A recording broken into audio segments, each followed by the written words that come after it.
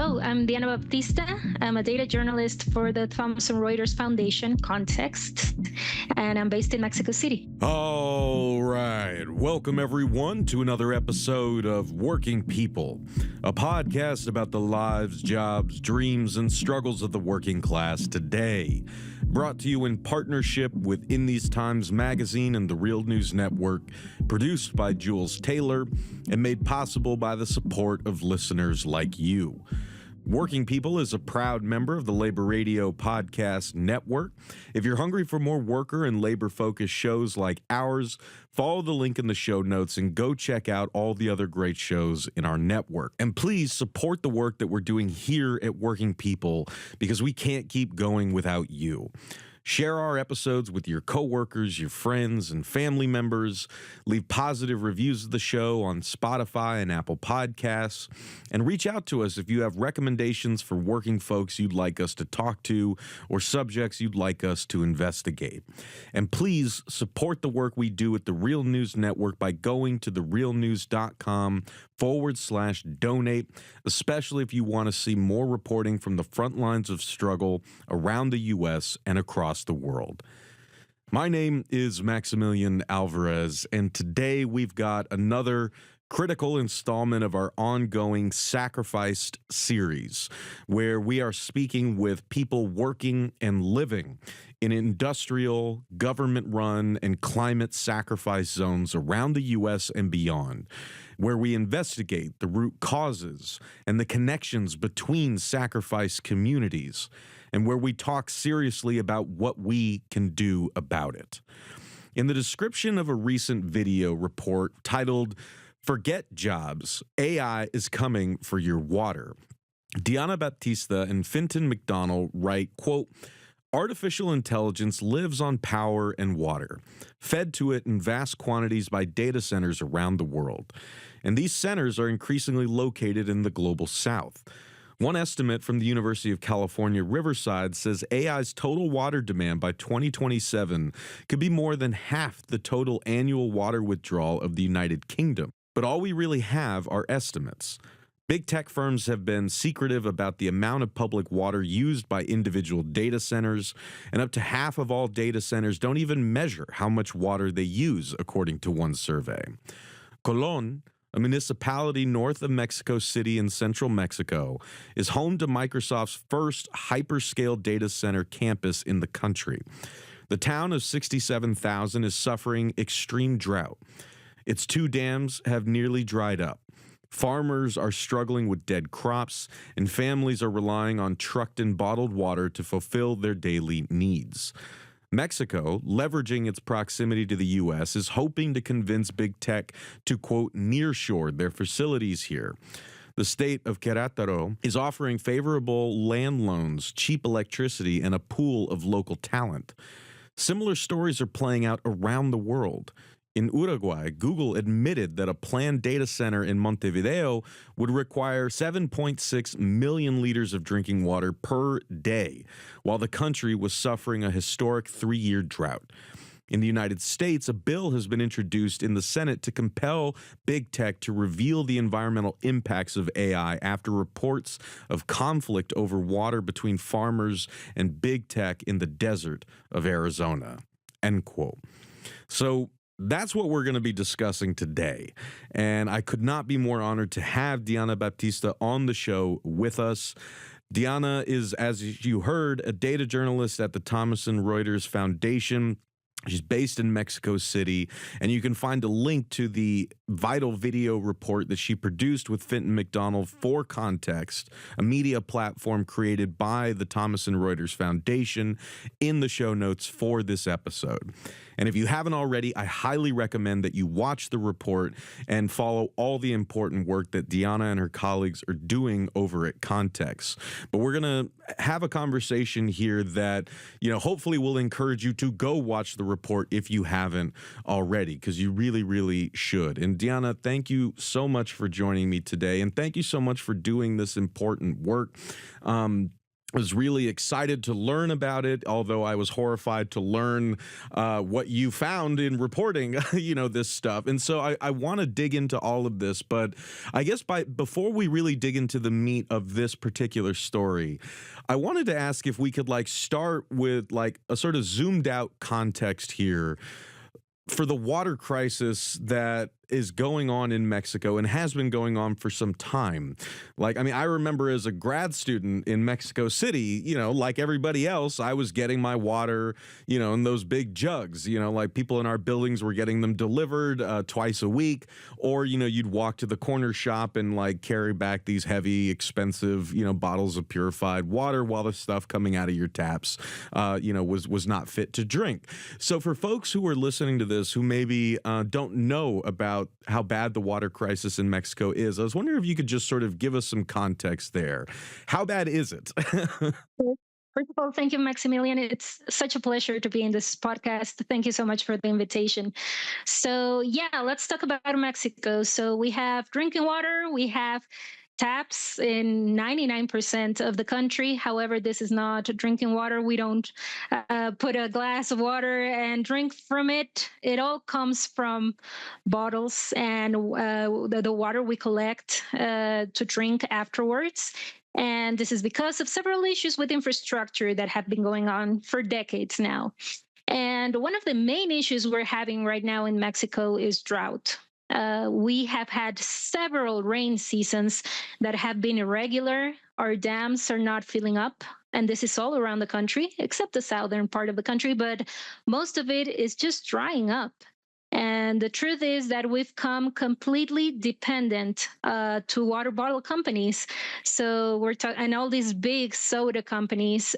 So what we are drinking as a population, everything comes from plastic, and everything comes from soda. It's a very sad reality that we have been facing for decades now here in Mexico. And because of the drought, for example, in Mexico City this year, we were very close of reaching day zero, which is the day that the dams have been completely empty and there is no more left for consumption. This has happened in other parts of the world, like South Africa. They've overcome it. And we really didn't have any plan to overcome it. There were several plans of infrastructure and stuff, but the only way we survived that was thanks to the rain. It rained. Finally, it has been raining quite intensely, and it was just luck. We got lucky this rain season, and it has been raining.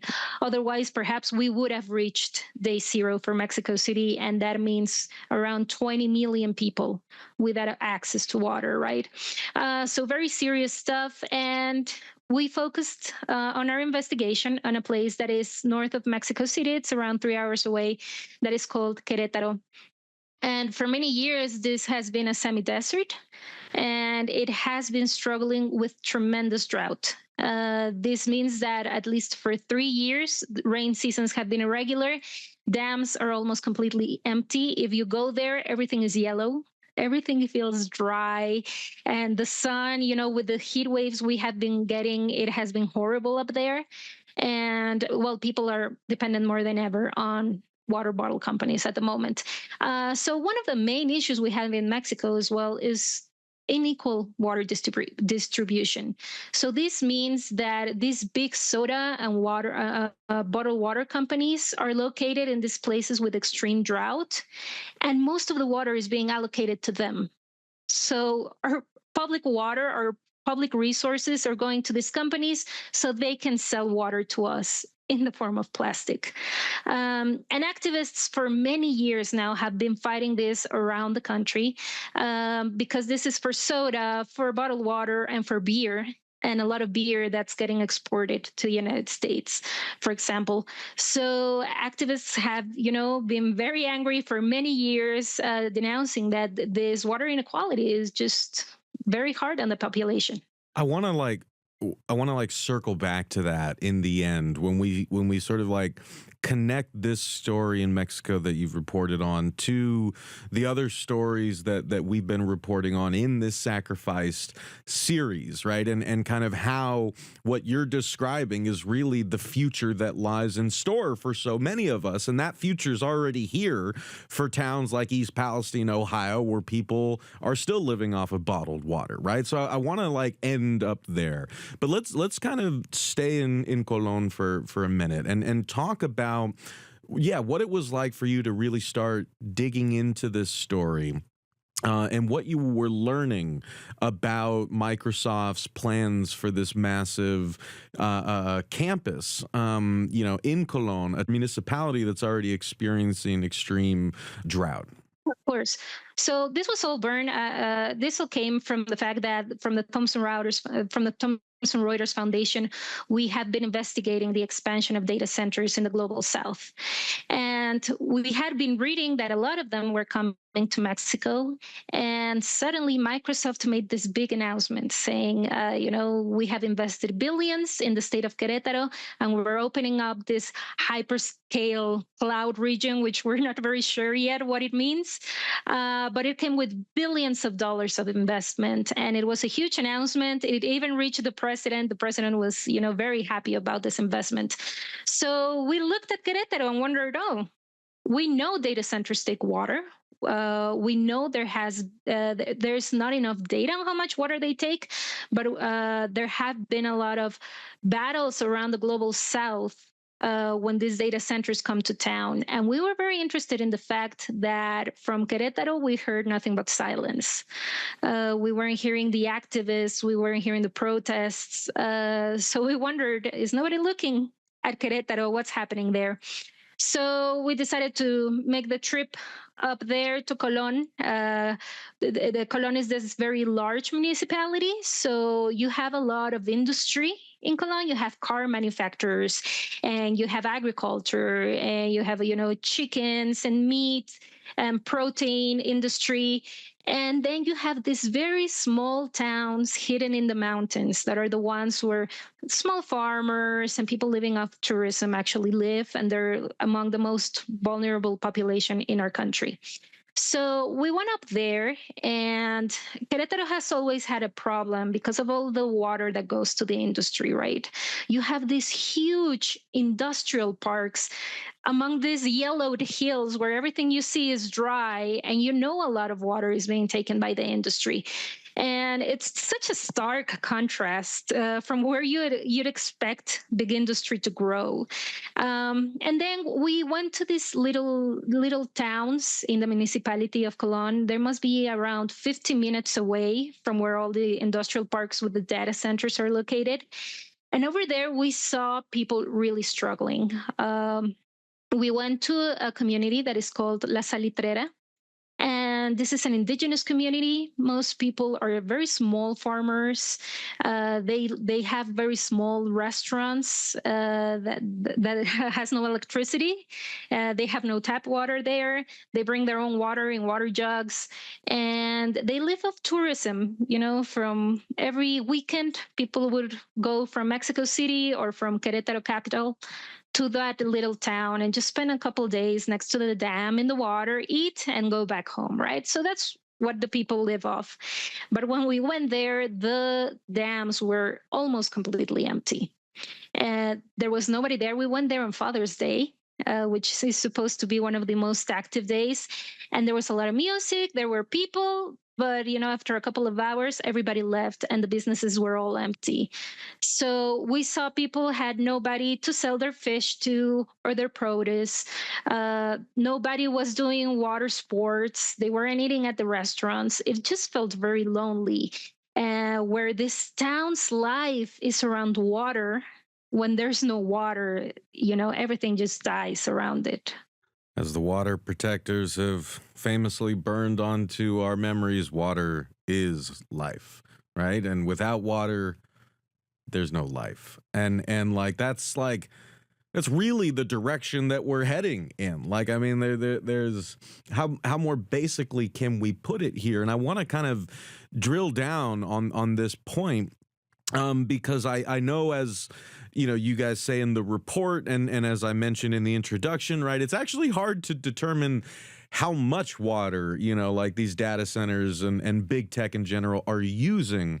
But we know that usage has spiked since the introduction of, AI products like Chat GPT. And, there's an article by Yale's E360 that I'll include in the show notes for this episode that reads, quote, according to a recent study by Wren, Google's data centers used 20% more water in 2022 than they did in 2021. And Microsoft's water use rose by 34% in the same period. Google data centers host its Bard chatbot and other generative AIs. Microsoft servers host ChatGPT, as well as its bigger siblings, GPT-3 and GPT-4. All three are produced by OpenAI, in which Microsoft is a large investor.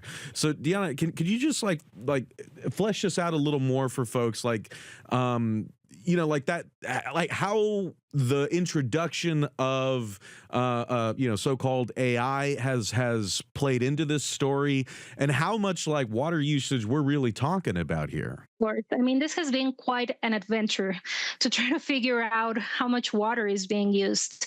So when we first heard that data centers were coming to Querétaro, and we're talking about the three big companies. So we had announcements by Microsoft, Google, and Amazon for billions of dollars coming to this little town without water.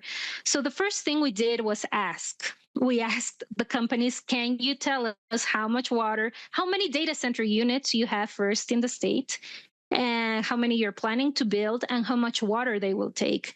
Microsoft kept telling us they had no spokesperson that could give us information. Amazon, gave us some explanation that the tech they're going to use is very new, doesn't take water, but they wouldn't go into detail because of industrial secrecy and all that. And Google just said, they're bringing down their water usage. So we didn't get answers from there. We decided to ask the government, the local government, who has been doing a major push to bring these data centers to town. So we have Governor Mauricio Curi. From the first day he was appointed as governor, he traveled to Washington, D.C. to meet with Amazon people to try to convince them to bring their data centers to Querétaro. So from day one, it has been a priority of the local government to bring them. And when I spoke to the Secretary of Sustainable Development, Marco Del Prete, who is one of the main figures bringing these data centers to town, he said he didn't have the figures because he's not the water commission, so he doesn't allocate the water. But he also gave me some very weird numbers saying that the data centers in Querétaro take the same amount of water as a hotel room with 55 rooms, or the same as a restaurant in 30 days. But he wouldn't say where these estimations came from, very weird estimations to begin with, which meant he must have known how many gallons at least one unit is taking, but then he said he didn't know. So we felt we kept being played around. There was such huge capacity in the public and in the private sector. We asked the National Water Commission, and they only told us that they haven't allocated any new concessions to any new companies in Querétaro. But one thing about Mexico that is one of the roots of our water crisis is that at some point in our history, the National Water Commission gave away a lot of concessions to a lot of private people and a lot of private companies. And the way our law works is that they can sell that concession, So Maximilian, you may have owned, an entire aquifer, for example, and you decide to sell it to Microsoft. And you don't have to ask anybody about this. You just tell the Water Commission you did that, and that's it. So people who owned these concessions have been selling to the industry in a way that then the public has no say on it. You have no voice on it because it's, a private thing between particulars, and then the public is left without water, and you don't even know who sold it to whom. So it's been I don't know, it's very bureaucratic, but also a lot of opacity on how these concessions are being sold. And the National Water Commission told us that that's how Microsoft got one of its commissions. It got sold to them by somebody who already owned one. Which is very grave, right? Because then it allows for absolutely zero accountability. So once we had this information, we tried to figure out on our own how much water these data centers were taking. We went to public databases for the National Water Commission, and we couldn't find anything because this information is no longer public once it belongs to a private company, right? Or you don't know who is selling to whom. So we were left in the dark. Companies refused to tell us information. Local governments said they didn't have the information, which we found was ridiculous. And then you have local activists, right, that for many, many years have been fighting for equal distribution of water in Querétaro. But they were also left in the dark. They're a very small group to begin with, who have been asking in recent months, have been asking the secretary, like, hey, can you tell us how much water these data centers are going to take? And he always says that don't worry about this. These data centers do not take a lot of water. They cannot come to Querétaro because there's no water to begin with. So we cannot give them more water. They're super efficient data centers. But then we're left in the dark about how this technology operates, this supposedly super efficient new data centers that do not require water. We don't know how they work. We have no way to prove that they are actually water efficient, that they require zero water. We just have to take everything at face value, everything that the local government and the companies tell you. And, activists actually found out from context about the concession bought by Microsoft. So it has been very difficult to figure this out. And when Fintan reached out to some international experts that have been doing these estimations of how much water these data centers take around the world, they told us the same thing. There's no data on data centers. They have to rely on certain estimations and certain methodologies they have developed by themselves. But there is nothing certain. And it has been very frustrating, trying to figure it out and trying to do the estimations by yourselves when nobody is cooperating. Nobody is giving you any numbers to start up from. So it makes the journalist's job very difficult, but we also see it makes the activists' jobs very difficult because then we have no certainty and no possibility for accountability. Yeah, I think that's really, beautifully and powerfully put. And again, I want to encourage everyone listening to this to go watch the report itself, because Diana and Fintan dig into this a lot more there. And Diana, I just wanted to ask, like, to make sure that folks are keeping up with us, like, you guys talk a bit about like what the hell they're using the water for, right? I mean, but like, can you just give us like the basics there? Like, why do these data centers need so much water? And why does AI demand so much water? Of course, it comes down to cooling. These data centers get very, very hot from all the computing. From all the computing processing it requires, it gets very hot inside a data center unit. So they can use two things, either electricity or water to cool off a data center. So you will hear information sometimes from a company saying that they have become super water efficient and they do not require fresh drinking water, which is the kind of water they need. They don't need recycled water. They need fresh drinking water to cool down, their huge computers. So they're using electricity.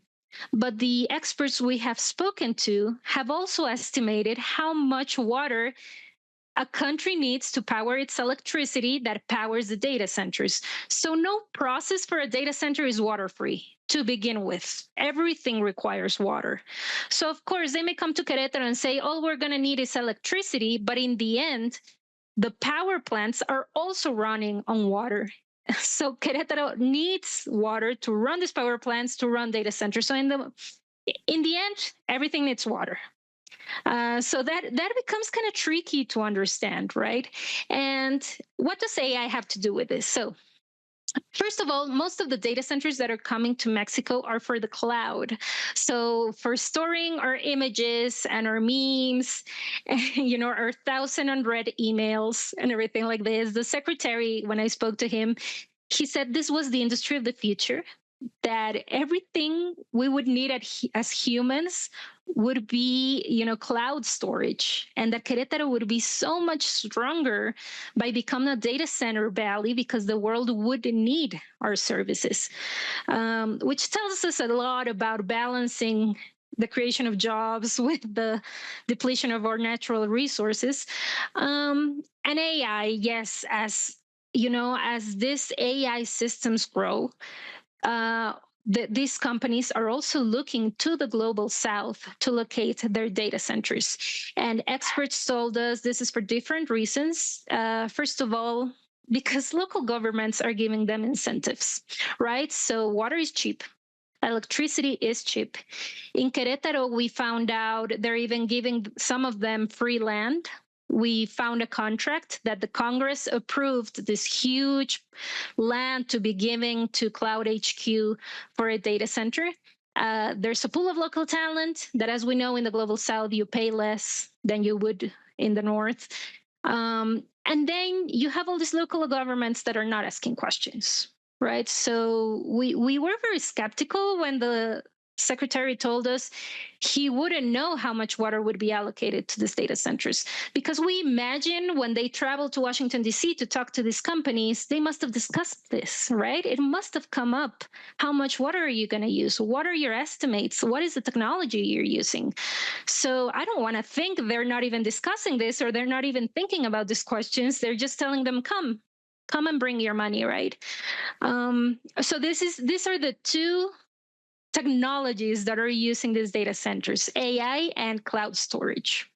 And I want to I have so many thoughts and questions about this, but I know how busy you are and I can't keep you for 2 hours, right? But I mean, it's just like, it's so wild, right? To think that it was less than 100 years ago in 1938 when Lázaro Cárdenas, right, like nationalized famously, like, the oil industry in Mexico, like thus like really representing a sort of different governmental mentality, and how Mexico was approaching, right, its collective ownership over its own resources. And like we've had a long, like kind of windy up and down sort of road from there to here, where like, the government doesn't even know, like, like where is not tracking, like all of this water that's being promised to these private companies from Silicon Valley, and the sales that are being made are sort of passing through private hands in a way that just sort of really shows you, I think, like the trajectory of the past century, like in, like a state like Mexico, and what the kind of privatization, neoliberalization, and all those big historical forces, like what they translate to 80, 90 years later in everything that you and I are talking about here. But we'll you and I will have to have a follow-up discussion breaking all that down, because there's a whole lot to dig into there that we don't have time to now. But I wanted to kind of bring it back to the working people living and working in this area, right? Because normally, whether it's the maquiladoras on the border, or like these other sort of incentives that states and local governments like give to industries to try to bring them to Mexico, big promise is like, oh, it's going to mean jobs, right? It's going to mean economic prosperity for the people here. And the people here can, provide their labor and expertise, like in cheaper quantities than you could get north of the border, all that stuff. Like, I wanted to ask, like, is that even a thing? Because it feels like, and you guys touch on this in your reporting, like the average working person, like doesn't even know that this is happening, let alone how it's going to impact them.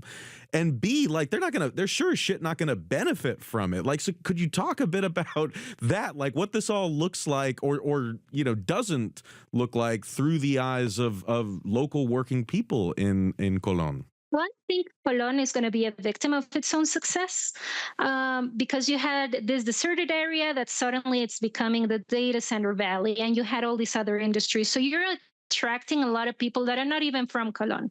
So we're talking, people with masters or PhD degrees, highly educated people that are not living in small towns of fishermen and and people relying on tourism. They're living in the cities, so they're bringing these data centers, and they're not even promising that many jobs to begin with. The secretary recognized like 2,000 direct jobs, which is very little, to be honest. For such a huge 20 billion investment, 2,000 jobs are not a lot. He was mainly excited about indirect jobs and suppliers and stuff like that. So you're attracting all these people from the cities. So it's 3 hours away from Mexico City. You have these highly educated people traveling from Mexico City or from Querétaro capital, a couple of hours into Colón for these data centers, and then traveling back, right? So these are not people from Colón to begin with, because Colón is a series of small towns of fishermen and small farmers and restaurateurs, people with limited educational background, the most vulnerable in our country, the ones that are always left behind because you have to travel, I don't know, like 5 hours by car to reach La Salitrera community, right? And you only go there to see the dam and take a little ride on a boat and then travel back to Mexico City. So these are abandoned people to begin with. So we were very interested to see what they thought about this. And I mean, it was funny because you ask them, like, do you know what AI is to begin with? Do you know what the cloud is? And for example, 70-year-old Mr. Guadalupe Hernandez, who has this blackberry patch of land, he would be like, I don't know what you're talking about. I don't know what AI is. And he was, yeah, and what's interesting is he was very knowledgeable about water inequality. He was very angry, telling me he hates that industry comes and that he does not have enough water for his blackberries and that he has to see them die. Meanwhile, he can see these big industries coming to town. So he is aware of what's happening. He's just not aware of what AI is. He doesn't have a phone. He has no idea about cloud storage or anything like that. So it felt like things were happening around him that he was completely unaware of, but also that he was feeling the effect of. So he knew there's new tech. He knew they were coming to town and they would take a lot of water.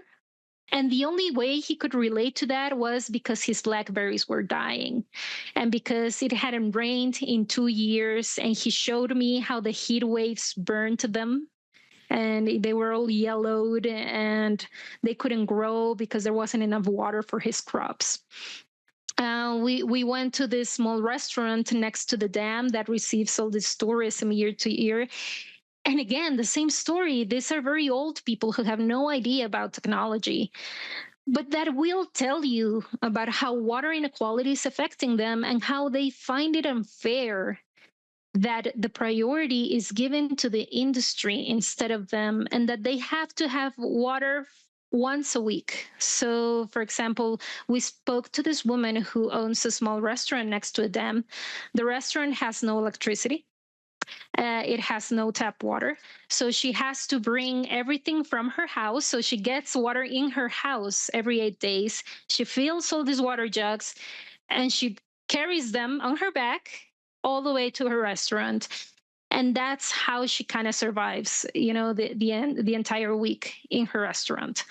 And yeah, she will tell you she has no idea what AI is, but she knows that she is struggling and that her business will not survive because there is drought. And she doesn't know the drought is related to industry. She doesn't know if these companies are taking the water from her. She does know that new industry coming means she will get less water because of water inequality. That's, a stamp that we have in Mexico because that is how the country operates. And this, like, sadly and morbidly kind of is where your path and mine connected, right? On the kind of journalistic quest that we are on to investigate these stories that, like, over here through our podcast, we've been investigating by talking to working folks living in sacrifice zones, which is exactly what you were just doing and describing, right? I mean, like, we may not call it that, but that is what is happening, where, like, the lives and livelihood and the conditions for life itself are being sacrificed at the altar of corporate greed and like corporate profits and technological progress, that is defined by big tech companies and their supporters in government. And those things become the priorities for government policy. They become the priorities in terms of like where our collective resources are being allocated, like water, that we all need to live. I mean, like, but like that's where it really does feel to be like just intimately connected to what we've been investigating here, talking to folks living like, 20 minutes from where I'm sitting in South Baltimore. Black and brown and white working class communities that have been poisoned for generations by, rail cars that are like blowing coal dust everywhere, trash incinerators, medical incinerators that are just like burning up all this stuff and spewing it into the air. The folks living in East Palestine, Ohio, where that train derailed 2 years ago or almost 2 years ago, and they were exposed to all those chemicals. And like, they didn't know what was on those trains either. Like, they didn't know the sort of inner workings of the rail industry, but they sure as shit like paid the price for all of that when one of those bomb trains derailed in their own backyard. And so I guess I wanted to just sort of like kind of take everything that we've been discussing here and sort of like bring Mexico and places like Colón like into this discussion of sacrifice zones and like what it means to have our societies sacrificing whole communities like for the sake of private corporations and serving their needs above ours, and what that looks like, right? I mentioned earlier that I wanted us to end up here because when we were talking about the fact that people living in Mexico, like everyone gets their water through bottles, and these water bottling companies have like such a stranglehold on this vital natural resource, and like I think you see something in Mexico that still seems very foreign to a lot of people here in the U.S., but it's becoming increasingly less foreign, which is like, what does it look like when I can no longer trust the water coming out of my tap and I have to live on bottled water? Like, if you've never done that, like, trust me when I say it's a real pain in the ass. It's a real sort of dystopian reality that folks in East Palestine have talked to us about on this very show.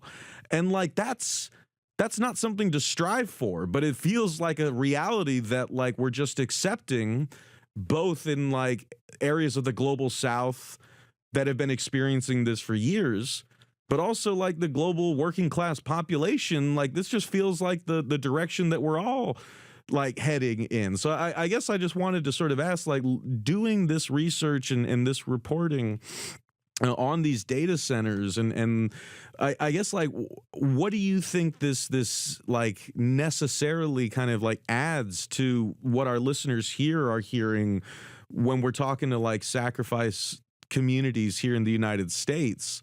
Like, because it's really important that folks see that it's not just happening here. In fact, it's been happening in the global South like for a long time, and what's been happening there is coming back home, or it's been happening at home in the global South sides of our population, right? The poor, Black, brown, indigenous communities that have been living under these circumstances as well. So I just kind of wanted to give you sort of like a last word there, like what this has all taught you about that, and how the kind of sacrifice zone question, what that looks like when we look at it through like the lens of Mexico and stories like the one that you've been reporting on. Thank you. That's a great question. I mean, the first thing that comes to my mind is balance. So this government is making a push to bring nearshoring, right? To push for nearshoring in Mexico. They want tech companies to come to the country because we need more jobs, because we have all this pool of highly educated people who need a job, and we need all these communities outside of Mexico City to grow. We need more investment. We need to grow economically as a country. But at what cost? Is that cost the natural resources, the dwindling natural resources of the country? And where's the accountability? I mean, for me, the most frustrating part was this opacity from government and companies, because maybe it could be that data centers will not take 1 ounce of water. That could be the truth. But if it's so, why won't they tell us? Why won't they respond to requests of information? Why will they not give interviews when they're being requested? Why activists had no idea that there had been a purchase from Microsoft from somebody who already had a concession? They were in the dark about this, and it's very frustrating for us to be kept in the dark, because then maybe the local government does have good intentions, and maybe companies will do some good in the country, but we cannot know that for sure, because they're running on opacity. And that is incredibly frustrating, because it also tells us that there's a lack of regulation in the country for this kind of tech to grow. So we know AI systems will need more data centers, will need more computing power. And they are looking at the global south, especially Latin America, for this. But when they come to our countries, why do they come with so much secretiveness? Why won't they release the information? Why won't they be open about their data? So we've been told this is because of industry secrecy and stuff, but that's not enough. That's not enough for a population who's already running out of water. There has to be a better effort from companies and government to let us know what is being done with our resources. So for me, that was like the main lesson, that it's going to be very hard for these tech companies to progress in the global south if they do it with opacity and they do it without releasing the data. We saw it in Uruguay, for example, in Montevideo. Activists pushed until they got the information, and then they refused the data center by Google, and Google has had to change its plans in Montevideo. We saw it in Chile as well with this wonderful story by Rest World. And we're seeing it in several parts. Brazil is one of the main markets for data centers in Latin America, for example. Where is all this data? And this has been very frustrating. This has been my main frustration while conducting this investigation. And the second part of it is that we didn't see that the arrival of new technology to Querétaro was going to mean any change for the most vulnerable workers in the country. So yes, maybe we attract more highly educated people to these data centers, but in the end, the small farmers and the fishermen and the lady who has no electricity and cooks once in a while for a tourist or two that come into town, they will be just as vulnerable as before. Their income will not change, their opportunities will not change, and all they're seeing is their environment changing against them. Which is very sad, because one would hope that the arrival of these new companies and all this investment would mean change for the better for the countries most vulnerable. But we have not seen that happen yet. So it does leave us wondering, again, where's the balance? Where's the balance between economic growth and equality and the protection of our environment? And we were very sad to see that there was no data, no answers, and no real change for people who are most vulnerable.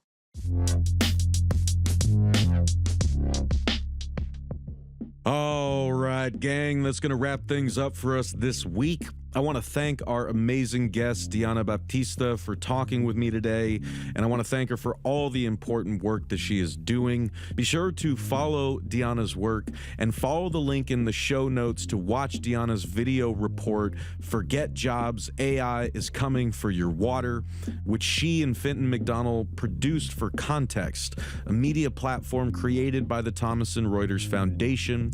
And you can read the full text report as well, which we've also linked in the show notes for this episode.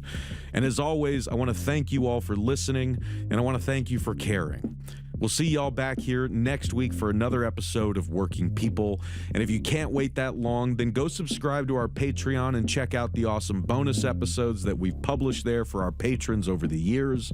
And go explore all the great work that we're doing at the Real News Network, where we do grassroots journalism, lifting up the voices and stories from the front lines of struggle.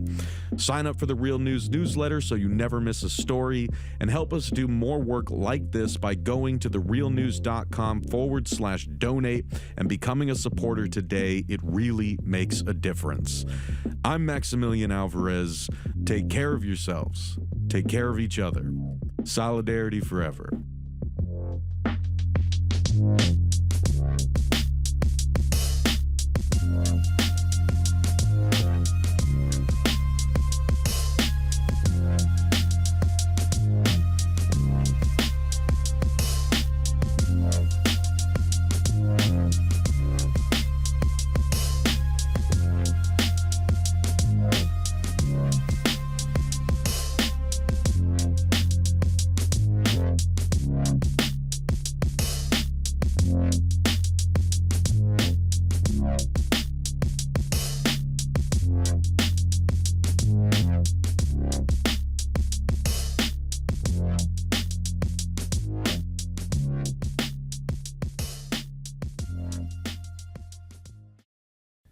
Thank you so much for watching the Real News Network, where we lift up the voices, stories, and struggles that you care about most.